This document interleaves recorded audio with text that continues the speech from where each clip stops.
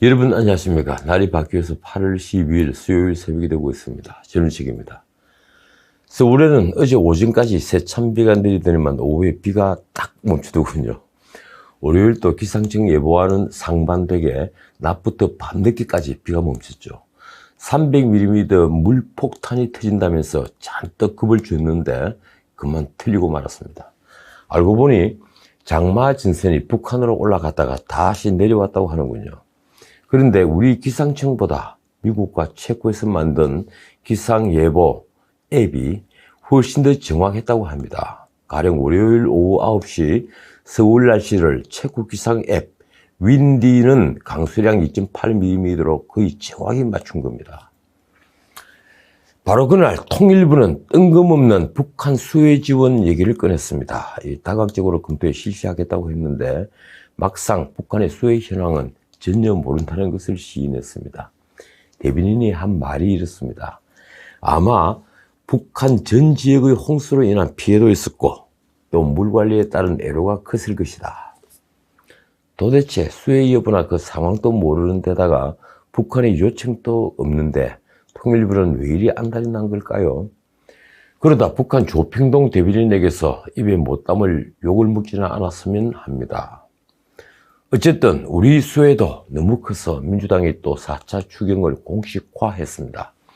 홍남기 장관이 예비비를 충분히 감당할 수 있다면서 버티고 있다고 하는군요.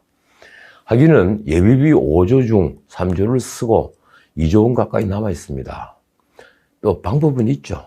예산 지출 경정을 지난번 추경 때도 해봤으니 다시 3차 추경 예산에 억지로 끼워 넣은 듯한 항목의 지출 경정을 하면 거뜬할 것 같지 않은가요? 예컨대 비가 이토록 내렸으니 지난번에 편성을 했던 산불 감시 요원은 필요 없을 겁니다. 그러면 그런 예산을 수해 복구비로 돌리면 되지 않겠습니까? 올해 512조 슈퍼 본 예산에다가 3차 추경까지 59조 원이니 이미 571조나 되는 엄청난 예산입니다. 그 중에 100조는 빚을 낸 거죠. 그런데 또 빚내서 추경을 한다면 그건 오늘 배불리 먹고 다 같이 망하자는 것과 똑같습니다. 검찰만 편중 인사를 해서 논란을 부른 게 아니라 사법부도 편중 인사를 해서 논란이 되고 있습니다. 이 김명수 대법원장은 9월 8일 퇴임하는 권순일 대법관 후임으로 이영구 부산고법 부장판사를 대통령에게 임명 제청했습니다. 문제는 이 판사의 성향이 진보적이라는 건데 그냥 진보적이 아니라 그는 대학 시절 이적 표현물을 만들어서 배포했다가 이번에 퇴임하는 권순일 판사로부터 징역 2년의 집행유예를 선고받았죠. 국가보안법 위반 전과를 가진 최초의 대법관이 된 셈입니다. 그는 대법원장과 같이 우리부 연구회 출신입니다. 이제 대법원의 진보적 색채가 더욱 뚜렷해졌습니다. 언론은 6명의 진보 벨트라고 했는데 사실상 이미 보수 색채는 찾기가 어려워졌죠. 새는 양쪽 날개로 난다고 하는데 지금 대부분은 날지 못하고 한쪽 날개만 푸득대고 있는 셈입니다. 결국은 정권과 같은 동지적 관계가 되기 때문에 민주주의의 대원칙인 권력 분립이 훼손되는 건 불문가지입니다. 이번 수해를 두고 보수신문은 4대강 사업이 홍수를 막았다는 기조의 평가를 했습니다. 그런데 진보성향신문은 4대강이 오히려 홍수를 막기는커녕 예컨대 4대강 사업으로 설치한 하천 창녕보가 창녕 제방을 무너지게 한 주범이라는 평가를 실었더군요. 수석보좌관 회의에서 댐의 관리와 4대강 보의 영향에 대해 전문가들과 깊이 있는 조사를 하라 이렇게 지시를 한 문 대통령의 이틀 전 발언도 그런 진보 언론과 같은 시각에서 나온 말일 겁니다. 어쨌든 언론조차 이런 명확한 사실을 두고 진영 논리에 빠져 허우적대는 것 같아 보기가 몹시 딱합니다. 모두가 아는 사실이지만 4대강을 정비한 이후에 해마다 반복되다시피 하던 4대강 주변 수해는 없었죠. 역대급 비를 퍼부은 이번 장마에도 4대강에는 창녕 제방이 무너진 것 외엔 큰 범람이 없었습니다. 창녕 제방도 관리 부실이 원인이 아닌가 이런 지적이 있더군요. 4대강 사업은 기본적으로 강바닥을 평균 4m 정도 준설을 했으니 당연히 강 수위가 낮아졌고 큰 비에도 범람이 없었던 겁니다. 반면 강 정비에 반대해서 4대강 사업에서 빠졌던 섬진강은 이번에 범람을 피하지 못했습니다. 역시 오늘 또 부동산 문제를 얘기해야 되겠습니다. 어제 방송에서 오늘 일면 헤드라인은 무엇일까 이렇게 말씀을 드리면서 아마도 문 대통령의 민심과 동떨어진 반응일 거라고 말씀을 드렸는데 역시 그랬습니다. 조선일보 헤드라인은 그래도 점잖더군요. 집값 계속 뛰는데 문 대통령 부동산 대책 효과 있다. 이면엔 노영민 실장의 유임의 관건은 집값 분노가 진정되는 것이라고 썼고, 3면엔 역시 문 대통령의 발언을 문제 삼았습니다. 문 대통령은 우리 보유세가 다른 나라에 비해 아직도 낮은 편이라고 했죠. 그러나 부동산 관련 보유세와 양도세, 거래세를 모두 합한 세금은 전에도 제가 말씀드렸다시피 OECD에서도 2위에 해당합니다. 그것도 2018년 기준입니다. 지난 2년간 정부가 일방적으로 대폭 올린 공시지가와 이번에 인상한 재산세, 그리고 징벌적 종부세를 감안하면 GDP 기준으로 볼 때 아마 어느 나라보다도 이제 낮지 않을 겁니다. 일본은 GDP 대비 보유세는 1.9%죠. 그리고 거래세는 0.3%에 불과합니다. 더 놀라운 건 독일입니다. 독일은 보유세와 거래세가 각각 0.4%로 부동산 관련 세금은 GDP 대비 0.8%에 지나지 않습니다. 솔직히 말해 부동산 문제, 집값 문제가 기세 등등한 문 정권을 급격하게 코너로 몰 줄은 저도 몰랐습니다. 경제 폭망에도 사상 초유의 압승을 거둔 지난 총선에서 보았다시피 워낙 대중의 심리를 잘 파고드는 정권이라서 대중과 역행하는 부동산 정책을 한꺼번에 쏟아낼 줄은 상상도 못했죠. 그러고 보니 190석이라는 전무후무한 기록적인 의석수를 챙긴 게 끝내 권력의 발목을 잡고 말았습니다.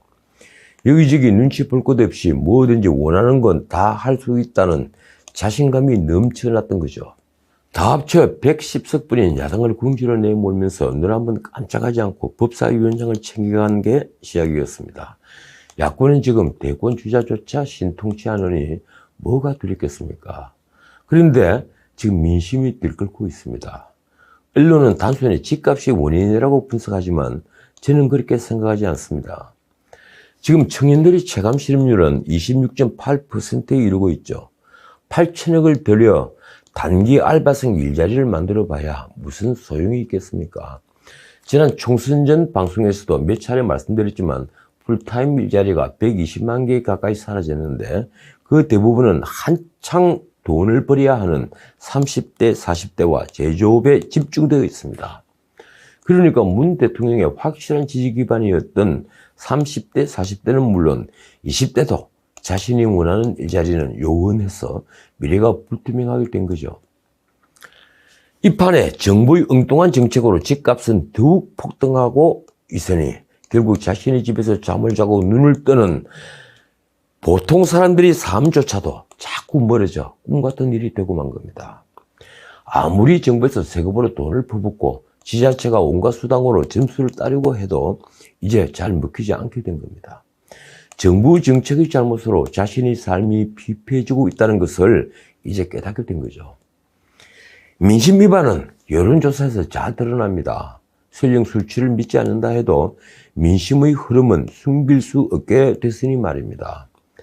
얼마 전 말씀드린 리얼미터 조사에서는 문 대통령 국정 부정평가가 오차 범위를 넘어 긍정평가를 압도했죠. 4일 전 갤럽 여론조사 결과도 부정평가가 앞서기는 마찬가지입니다.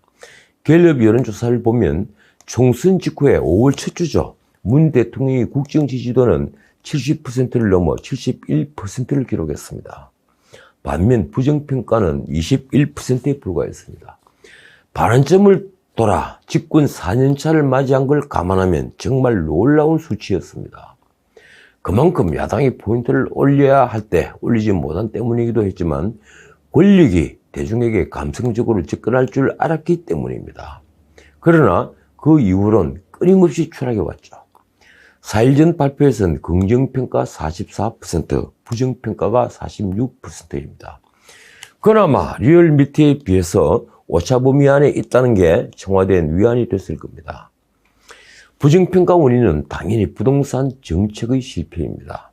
특히 서울의 민심 위반이 컸습니다. 서울은 4.15 총선에서 민주당이 49석 중에 41석을 휩쓸었죠.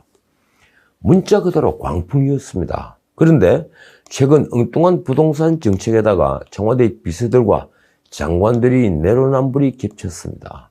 더욱이 행정수도 이전 선언은 여당의 말과는 달리 문 대통령 지지도를 끌어내린 촉매제가 되었습니다. 어느 언론은 문 대통령 지지율 하락의 출발점으로 6.17 부동산 대책을 꼽고 있더군요. 정부가 계획투자를 집값 폭등의 주범으로 보면서 전방위적으로 규제를 강화하자 등달아 무주택자의 내 집 마련까지 막았다는 불만이 폭발했다는 거죠. 특히 20, 30대 무주택자들이 집을 살 기회를 원천적으로 막았다는 겁니다. 그러고 보니 일리 있는 분석이더군요. 여기에 7월 초에 노영민 비서실장의 똘똘한 한 채가 그들의 염장을 찢었죠.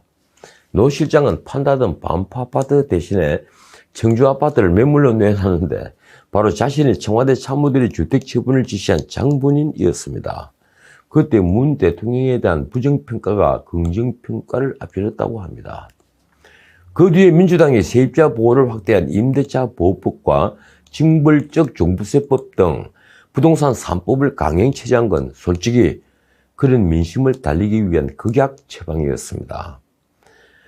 권력은 집 가진 사람보다 집 없는 사람이 압도적으로 많다는 것과 그 중에서도 종부세를 내는 사람은 극히 소수란 사실을 너무 잘 알고 있었던 거죠. 그러나 그건 조세 형평을 지나치게 파괴한 악법으로 자충수였습니다.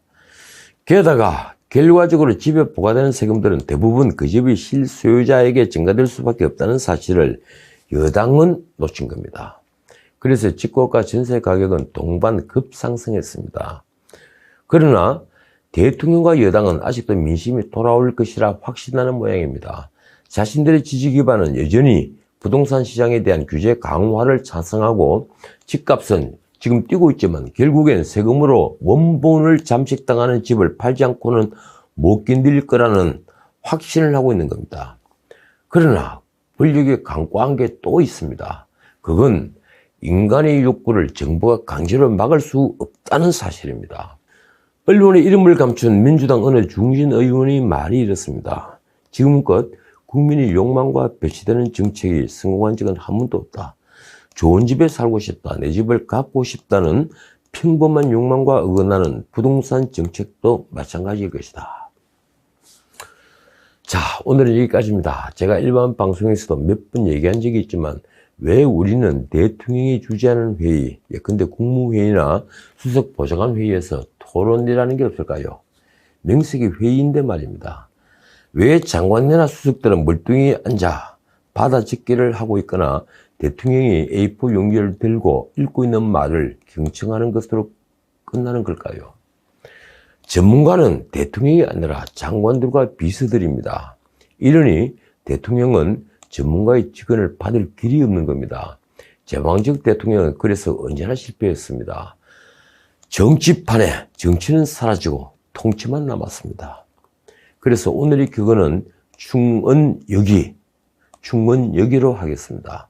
사마천이 쓴 사기에 나오는 사자성어죠. 진실하고 정직한 말은 귀에 거슬린다는 뜻입니다.